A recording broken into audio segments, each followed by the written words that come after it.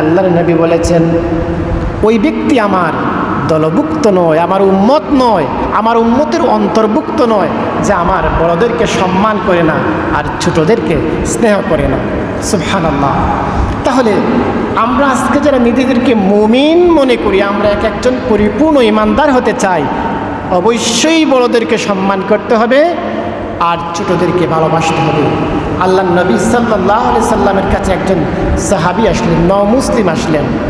এসে দেখলেন আল্লাহ রসুল হাসান এবং হুসাইনকে কুলে নিচ্ছেন, চুমু খাচ্ছেন। তিনি বললেন, ইয়া রাসূলুল্লাহ, আমার তো অনেকগুলো সন্তান আছে, আমি তো একটা সন্তানকেও কোনোদিন চুমু দেই নাই।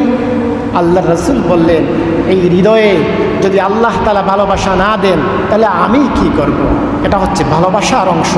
অতএব মুসল্লিয়ানে কেরাম, এইভাবে যদি বড়দের প্রতি যদি সম্মান, ছোটদের প্রতি যদি স্নেহ, পারস্পরিক ভালোবাসা যদি থাকে, ওই পরিবার একটি সুখী পরিবার হতে বাধ্য।